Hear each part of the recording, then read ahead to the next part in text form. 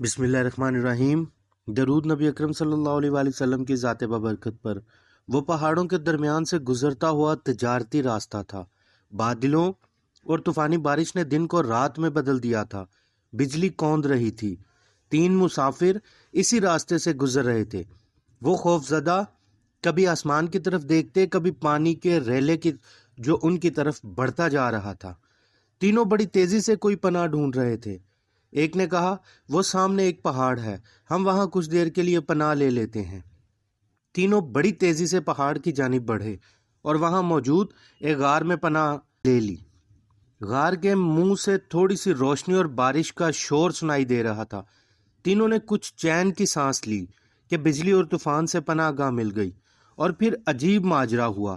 ایک بڑا سا پتھر آ کر چٹان کے منہ کے اوپر گر گیا اور غار کا منہ بند ہو گیا۔ غار میں مکمل اندھیرا ہو گیا اور تاریکی چھا گئی۔ وہ ایک بار پھر اس نئی مصیبت سے گھبرا گئے اور اسے ہٹانے کی کوشش کی، مگر وہ چٹان اتنی بھاری تھی کہ 100 لوگ بھی اسے ہلا نہیں سکتے تھے۔ اب اللہ کے علاوہ انہیں وہاں سے کوئی بچا نہیں سکتا تھا۔ اب تینوں نے آپس میں بیٹھ کر بات کرنی شروع کی اور کہنے لگے، اپنے اپنے اچھے عمل کو یاد کرو جو صرف خالص اللہ کی رضا کے لیے ہی کیے ہوں۔ ایک بولا، اللہ تو جانتا ہے کہ میں نے ایک مزدور رکھا تھا جس نے 3 سا چاول کے لیے میرے پاس کام کیا، لیکن وہ مزدور کسی وجہ سے غصہ میں آ کر میرے پاس سے چلا گیا اور اپنے چاول وہیں چھوڑ گیا۔ میں نے وہی چاولوں سے کاشت کی اور پھر اس میں اتنی برکت ہوئی کہ میں نے گائے، بیل، بکریاں خرید لی۔ کچھ عرصہ بعد وہی مزدور آیا اور کہا، میرے چاول لوٹا دو۔ تو میں نے کہا، یہ گائے، بیل اور بکریاں جو بھی کھڑے ہیں سب لے جاؤ۔ اس نے کہا، میں نے صرف چاول کے لیے کام کیا تھا۔ میں نے کہا، یہ سب اسی کاشت کی آمدنی ہے، اور وہ سب کچھ لے کر چلا گیا۔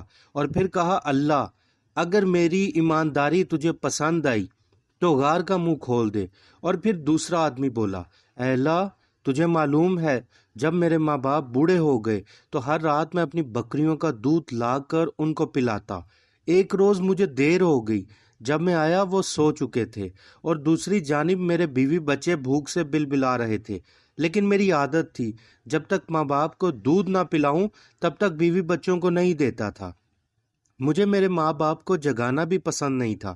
میں وہیں کھڑا رہا، ان کا انتظار کرنے لگا، یہاں تک کہ صبح ہو گئی۔ اے اللہ اگر میں نے یہ کام تیرے خوف سے کیا تھا تو تو ہماری مشکل آسان کر دے۔